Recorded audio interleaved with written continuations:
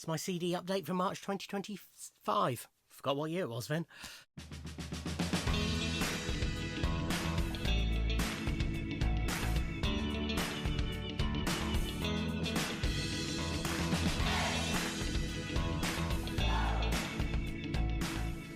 Ahoy hoy everybody, and welcome to my CD update for March 2025.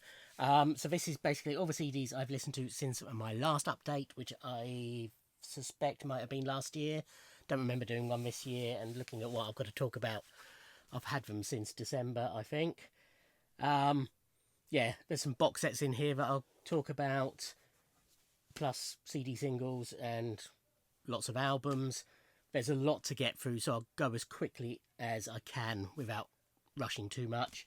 But bear with me, you'll have probably already seen, but this is going to be quite a long video. This is in no real order because I got a bit muddled up. First up is this CD single.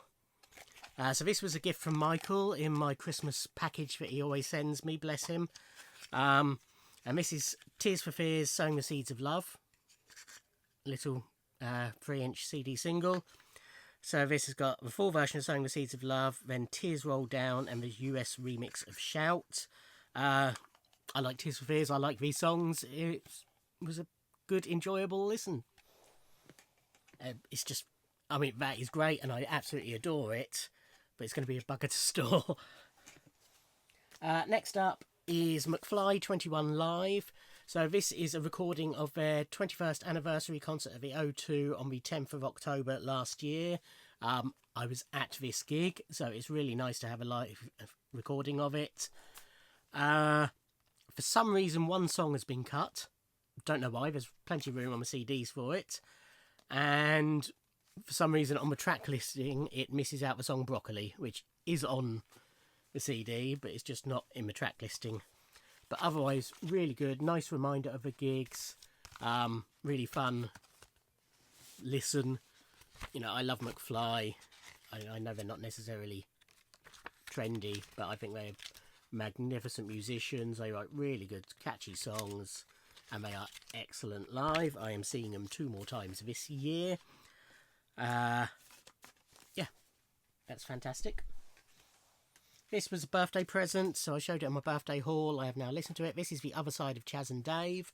So this is a compilation that Chaz, well, and Dave compiled, but then Chaz did the sleeve notes for shortly, but it was the last thing he worked on before he died. And it is a compilation of Chaz and Dave's ballads, basically. Or more laid-back numbers, they call it, because some of them aren't necessarily traditionally ballads. But yeah, really good stuff on here. Nothing new to me, but nice to have it all together. There's a couple of tracks that appear on there twice in 2 different versions. So I Miss Your Girl, it's got the original version plus a new re-recording from later on in their career. And Flying, it has both the instrumental version and the vocal version. But yeah, just some really, really good stuff. Really enjoyed listening to that. We have a new album by Manic Street Preachers, Critical Thinking. So Manics I collect, they do these for all their new albums. They're little digipack books, and it's, you normally get the actual album and then a disc of all the demos for the album, and sometimes remixes, but this has got a remix on there as well. It is a typical latter-day Manic Street Preachers album. Perfectly enjoyable, nothing amazing. I don't think they're capable of making a bad album. But yeah, nothing groundbreaking, nothing up there with their first 3 or 4 albums. But decent enough, enjoyable listen.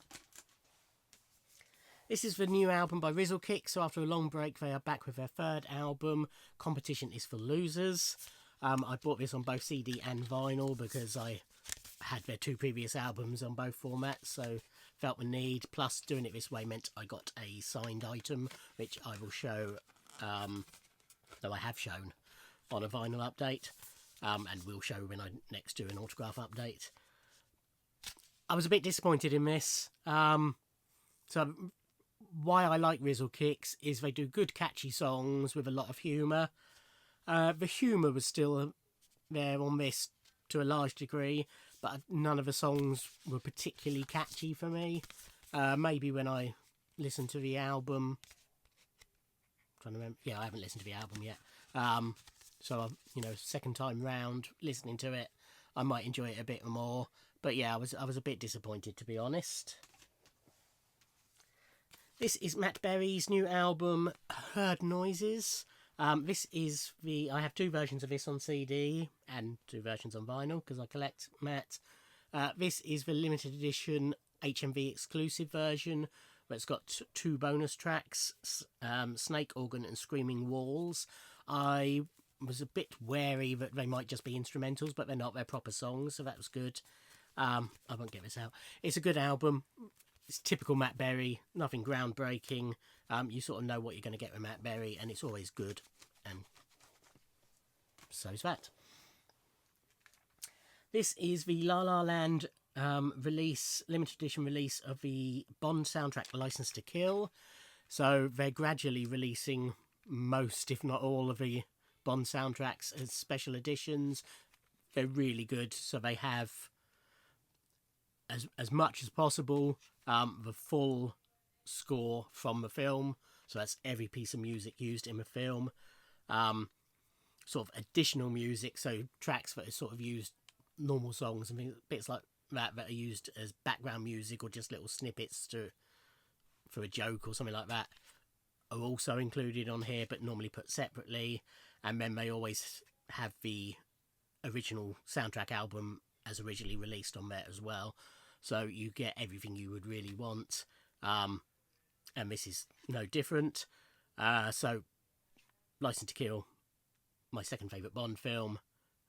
It's not the greatest score, but it's of the non John Barry or David Arnold ones, it's one of the best, if you see what I mean.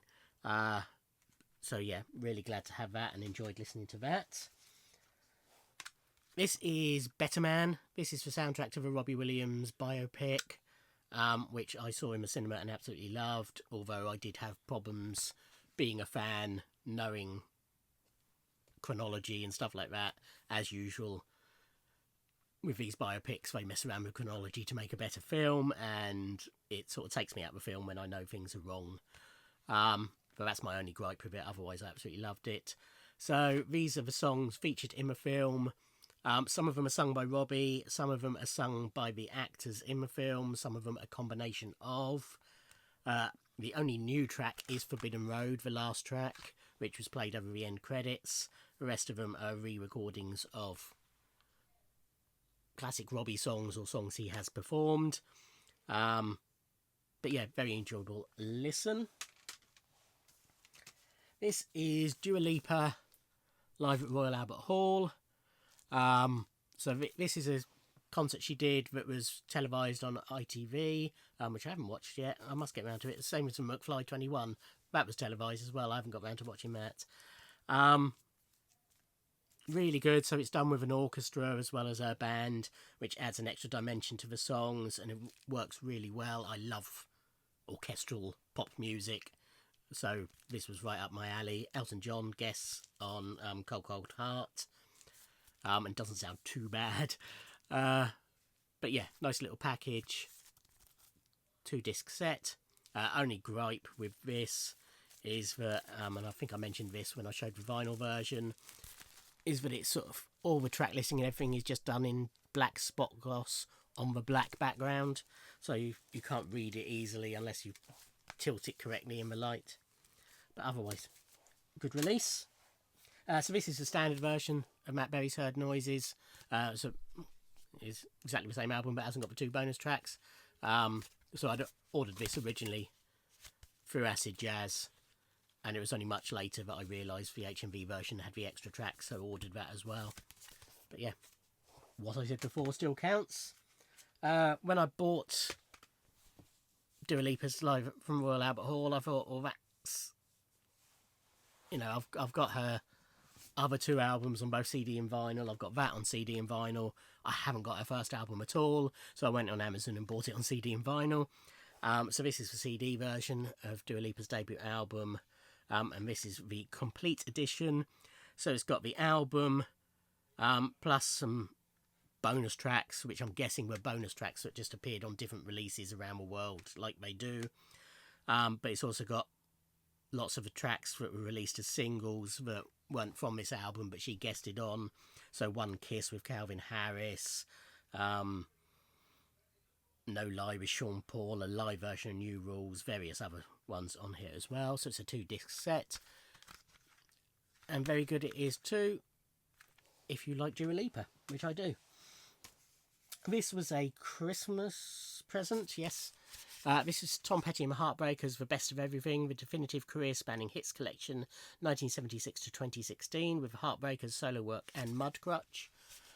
So the only Tom Petty I already had was I can never remember the name of the bloody album.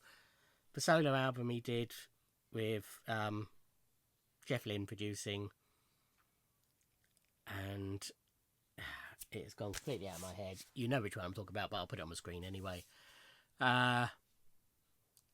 Which I liked, but it didn't make me think, oh, I need to get all of Tom Petty. A lot of American rock music I'm sort of like that with. I don't mind it, but it doesn't wow me. But I stuck this on my Amazon wish list, and as I say, got it for Christmas. Oh, it's probably pictured on here, isn't it? Full Moon Fever, that's the one. But yeah, you know, there's lots of tracks on this I liked. Nothing that I didn't like. But it probably will do me for Tom Petty. I don't really feel the need to buy any more of his stuff. This is the complete anthology, or the anthology of Tortured Poets Department, Taylor Swift's latest album. So when TPD was released on Record Store Day, it wasn't a Record Store Day release, but it was released on Record Store Day, or day before Record Store Day, last year. So that would have been April-ish last year. On that day, she surprise dropped the anthology version of the album, which had an extra 35 in total, so it's probably an extra 20 odd tracks, but it's 35 in total, 31 tracks and 4 acoustic versions of tracks from the main album, and that was released digitally. And there was long talk when, you know, it's bound to get a physical release, and it finally did just before Christmas, funnily enough. Was it just before Christmas, or was it just after? No, I think it was just after, actually. I think it was January. But anyway, and this is the CD version. I've already shown the vinyl version. So this has got the original Tortured Poets Department's album, plus all the extra tracks and those 4 acoustic ones. Same complaint as I have really with the original album. It's all a bit samey. It all sounds a bit like her last few albums. There's nothing revolutionary on there. It's fine, and I like listening to it, but I'm ready for her to do something new. This is the latest release by Leo Sayer. This is called 1992, because this is an album that was originally scheduled to come out in 1992 and then was shelved for reasons that have never actually been explained from what I can see, but has now been released. It's a fine, decent enough Leo Sayer album. Again, nothing spectacular on there. It wouldn't have changed the world when it came out, if it came out in 1992, much as it hasn't changed the world now, but it's got some good tracks on it. My just big gripe with this is that it's in this stupid 7-inch wallet for no apparent reason. You know, it just means the booklet's a bit bigger is the sort of the only benefit of it being that size. But it just means it's going to be a bugger to store, because it won't go on the CD racks. So I'll have to go with the box sets, but where it's thin, it's just going to get ignored in there, if you see what I mean. You know, you won't be able to see it. So that's my gripe with it. This was also from Michael in my big Christmas box. This is a 3-inch CD single called Virgin Value, I think is what it's actually called. So this is a limited edition. This is by the looks of it, number 10 in a series of them, basically highlighting tracks from artists on the Virgin label. So this has got Swing by Japan, Babylonian Pearl by Can, Souvenir by OMD, and I Know What I Like in Your Wardrobe by Genesis. I already knew and loved the OMD and Genesis tracks. The Japan one I enjoyed a lot, the Can one I enjoyed. Nice little thing. This is Busted's Greatest Hits 2.0 Guest Features Edition. This was dirt cheap. They did a little sale. Again, I think it was started on Boxing Day, or it was just after Christmas anyway. Might have been a bit later. I've lost track. And this cost me like something silly, like £1 or £1.99 or something like that. And I picked up a vinyl edition for £3.99, I think it was. Again, something really silly and dirt cheap, but I couldn't really refuse to have it. I wanted this anyway because McFly feature on a re-recording of Thunderbirds Are Go, but this has got 13 tracks, which are all re-recordings by and with sort of similar sounding artists. So as well as McFly, there's Wheatus, there's the Jonas Brothers, there's James Arthur, All Time Low, You Me at 6, Dashboard Confessional, The Vamps, and a few others. Hanson. They're, fine, enjoyable, they're good catchy songs, and nobody ruins them, nobody vastly improves them. What's not mentioned on here is that it does actually feature the full normal standard version of the Greatest Hits 2.0, which are all re-recordings by Busted as well, after the main album. So you wouldn't know from a track listing or anything, but it's a full disc with those on. It sort of shocked me when suddenly it all started again. This is a soundtrack album to, or the original London cast recording, should I say, to Young Frankenstein. So this is the musical based on the Mel Brooks and Gene Wilder film, which I saw in the West End when it was put on with this cast, met most of them afterwards, certainly the four main people. Ross Noble, Hadley Fraser, Summer Strallen, there's 3 Strallen sisters, I was just trying to remember which one it was, and Leslie Joseph. And this is a live recording of the stage show, so it's got all the audience banter as well. It just misses out most of the dialogue. But yeah, it's a great musical of one of my favourite films ever. Really enjoyed it when I saw it.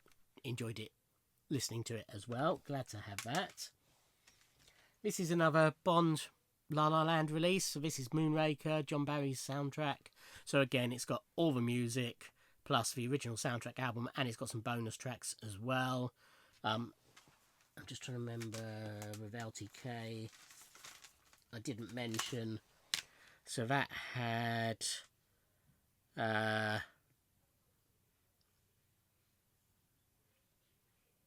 that didn't have any. That's why I couldn't remember.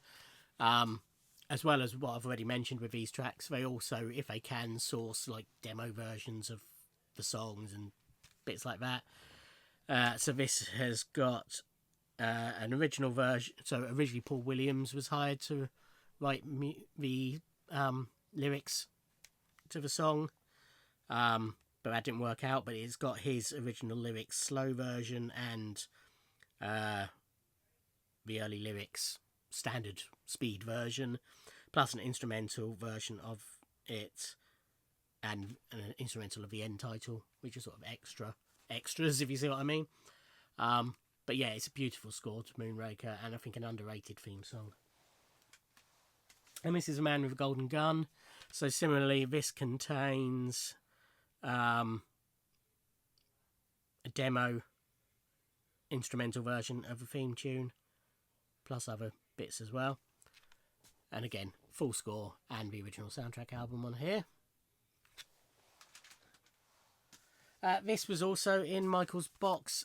This is one of those 5 CD sets, and this is the first 5 albums by Level 42.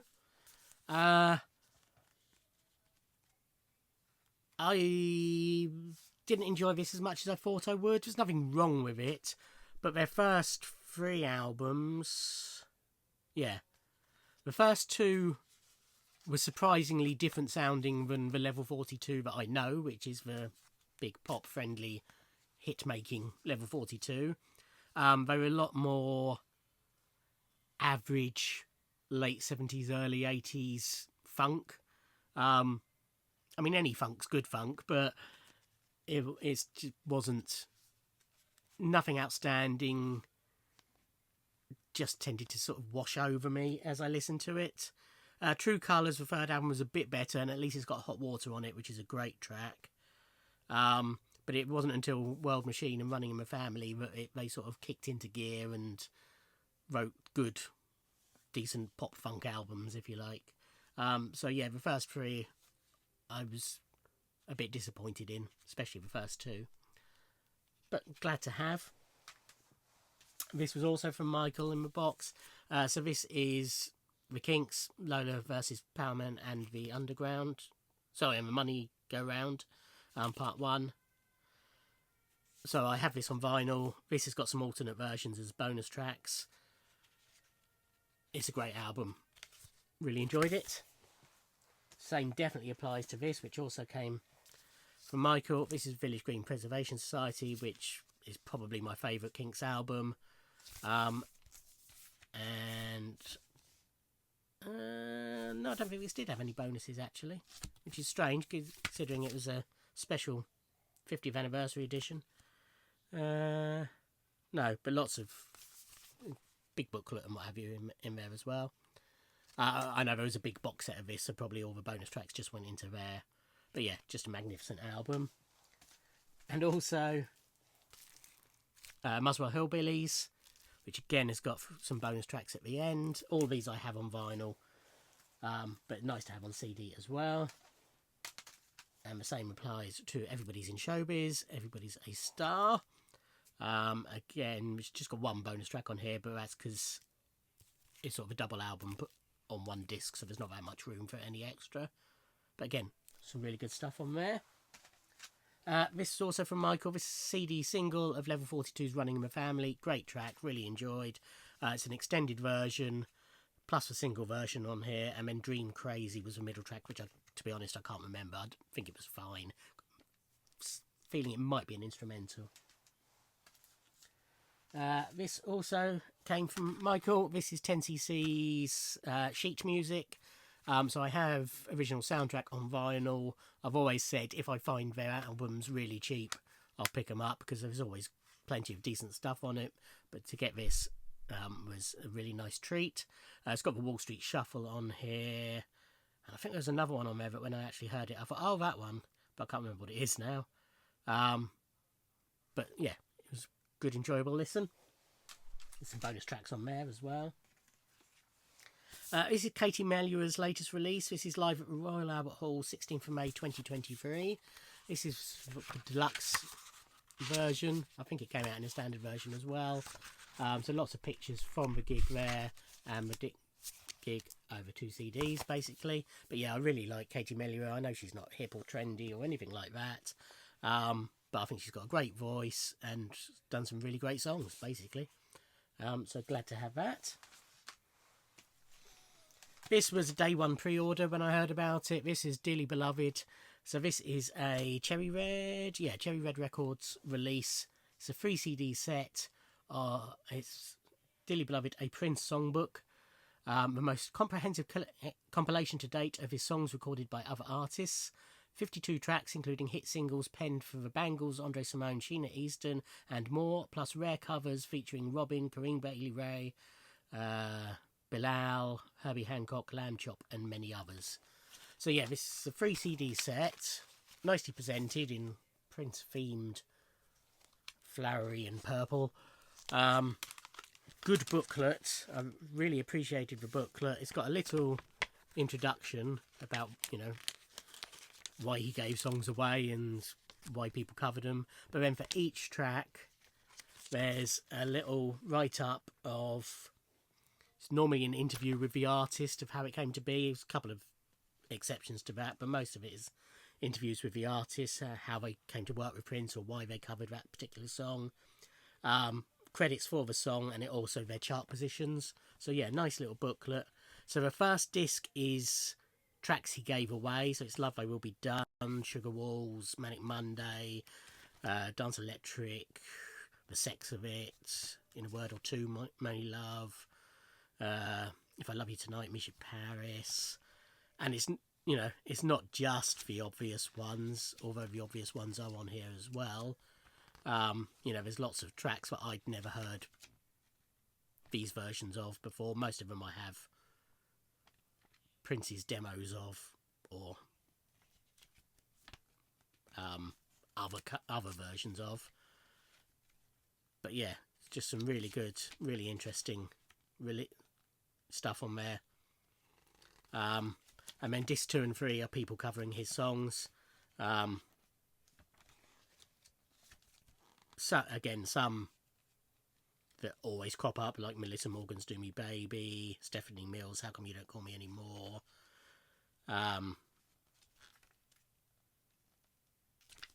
There's some tracks that featured on the Symbolism compilation that were recorded specially for that covers album that reappear on here.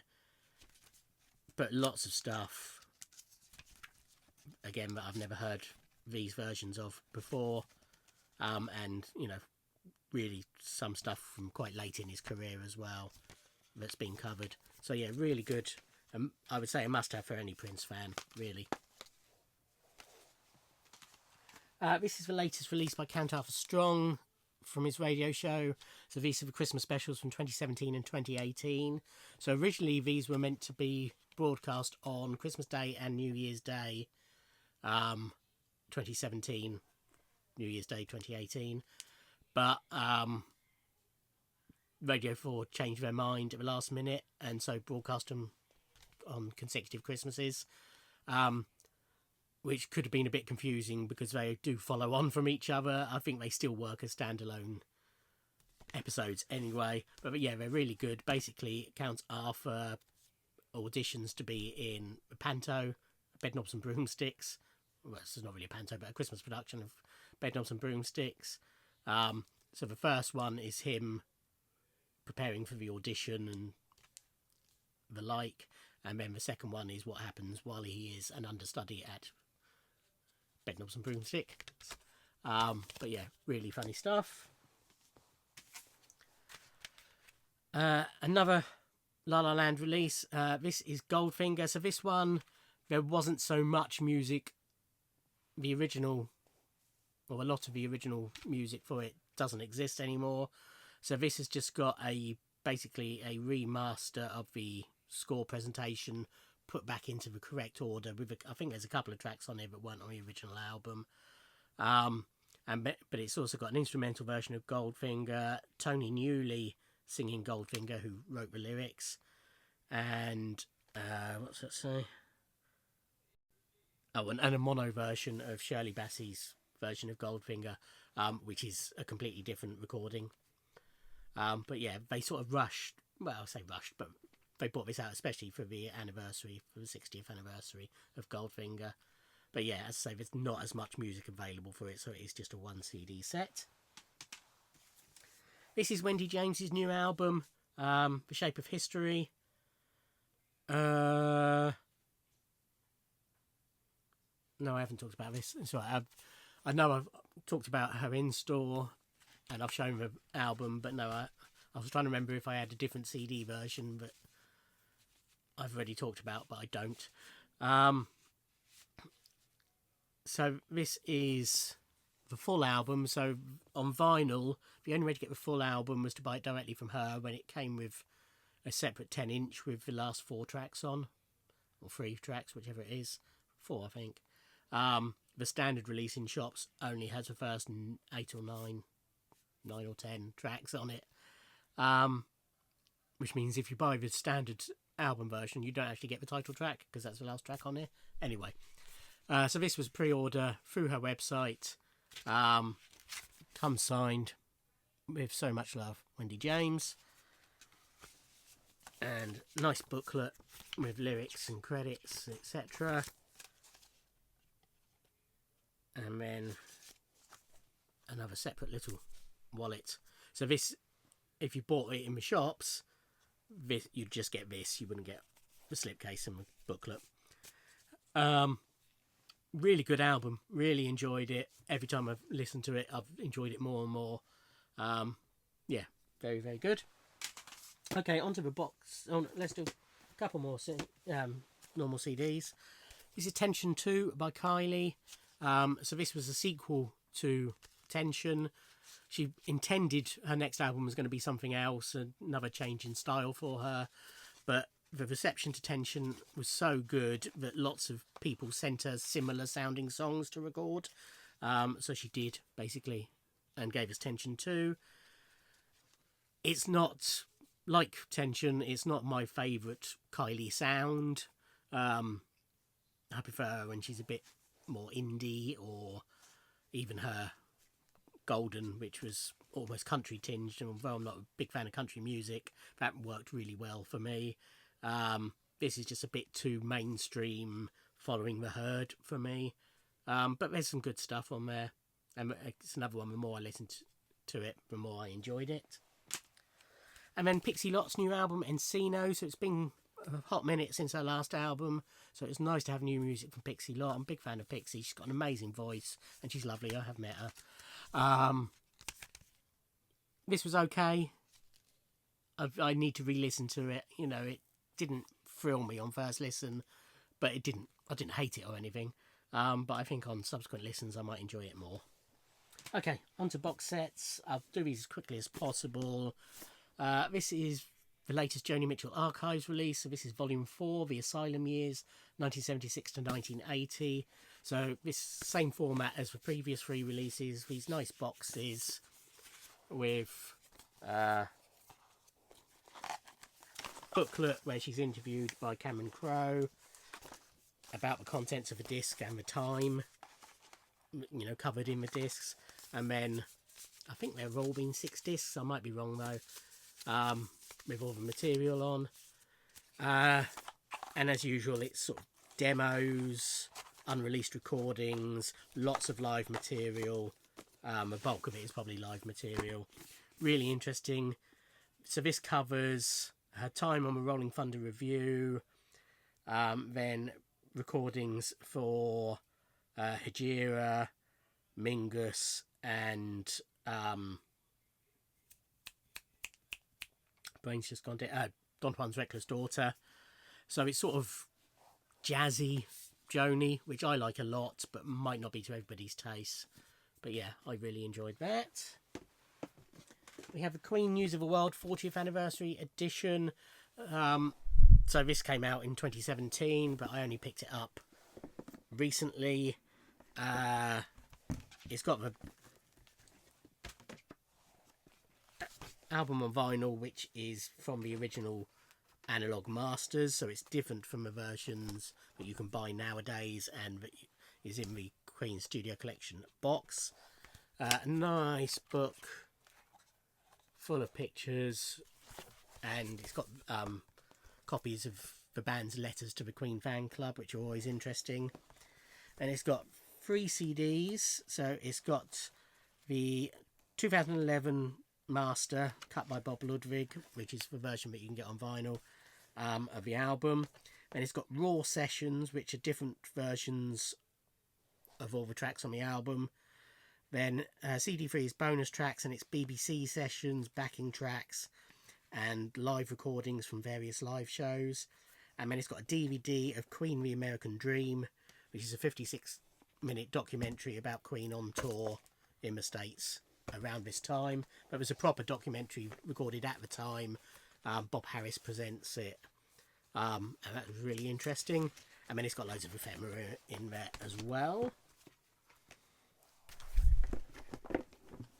And what prompted me to get that was to fill in the hole in the collection, because I had the Miracle one and I bought the Queen one. So I talked about this when I did the unboxing and the vinyl. So I will just quickly talk about my thoughts on the on this release. So it's quite a controversial release because they've completely remastered Queen's debut album, retitled it Queen 1. they've mixed it so that it's more, so it sounds more like it would have done in the studio, as if they've recorded it live, is what they claim. I can see that. Certainly the drums are more prominent on it. There's a lot of talk that Freddie's vocals have been auto-tuned. I'll be honest, I never really picked up on that. It might be my tinnitus.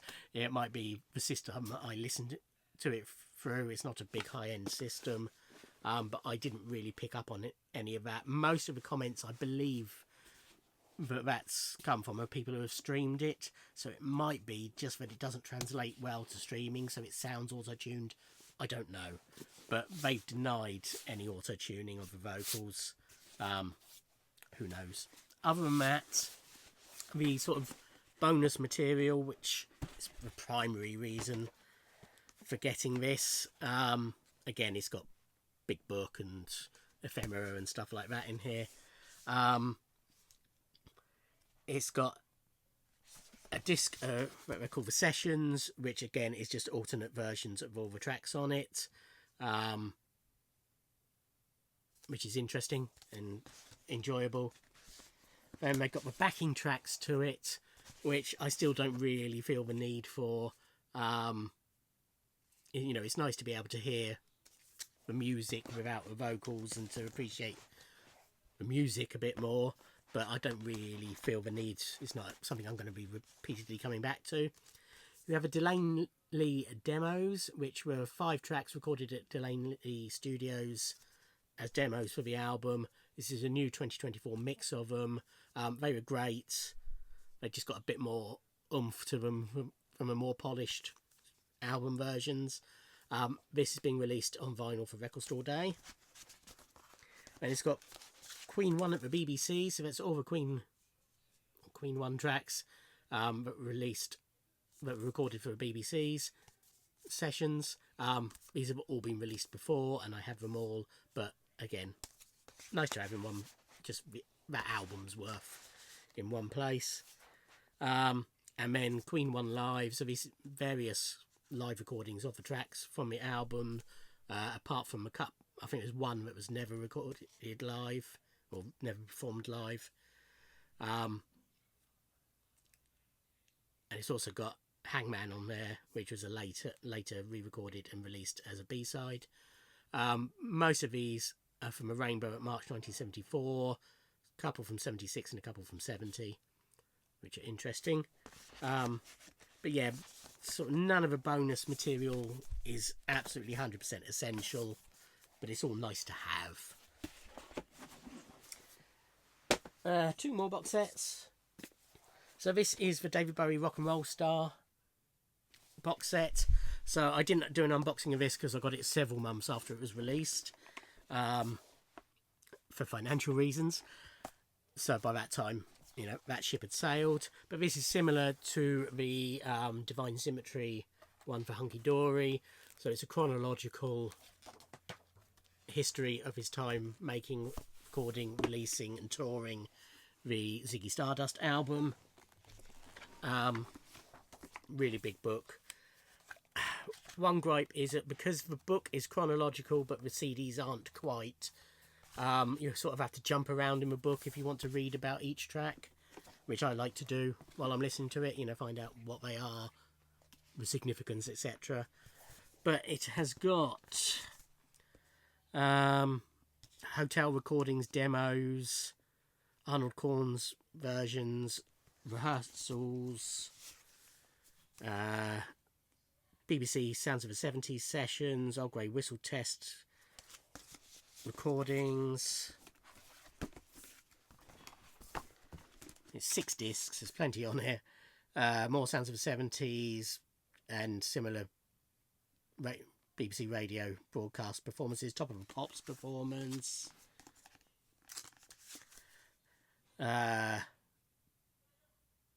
B-sides, unreleased tracks, single mixes, outtakes, live gig, more alternate mixes, 2022 mixes, and then a Blu-ray with the original album mix, a 5.1 mix, which was interesting. Some tracks were great in 5.1, some of them didn't really sound that different. But there was quite a few bits where I was sort of, oh, what's that? What's that? The singles released from the album and outtakes and alternative versions, all in high quality digital sound. And then finally, I finally picked up the Manic Street Preachers Gold Against the Soul reissue special version. So what annoys me with the Manics is that although all their new albums come out in the, I know this isn't it because I've buried it, but in that size packaging, their reissues of old albums, some of them come out like that. We've got two that are in big vinyl box sets. The first album came out in a that size but thick set, and then this Gold Against the Soul has come out in this size, so there's no uniformity in them. This is a 120 page book, loads of photos, lyric sheets, and it's 2 CDs, the original album remastered plus demos, B-sides and mixes. Yeah, good album. I prefer Motorcycle Emptiness. Is that the title of the first album? Mine's gone blank. The first album anyway. And Everything Must Go is a masterpiece. But Holy Bible is better than this, if you see what I mean. This is just too long, basically. They would... I think there was talk that they sort of wanted to do their version of Guns N' Roses' Use Your Illusion, and that's what they were sort of aiming for, which of course came out over 2 albums. I don't think the plan was ever this to be 2 albums, not like the later one whose name I can't remember. But they sort of made the most, and it's a full CD's worth of music. And yeah, as I say, it's a bit too long, but still lots of good stuff on there. There we go. Sorry it's a long one, but that's me caught up with my CDs. Thank you for watching. Like, comment and subscribe, and I'll see you in another video. Thanks. Bye.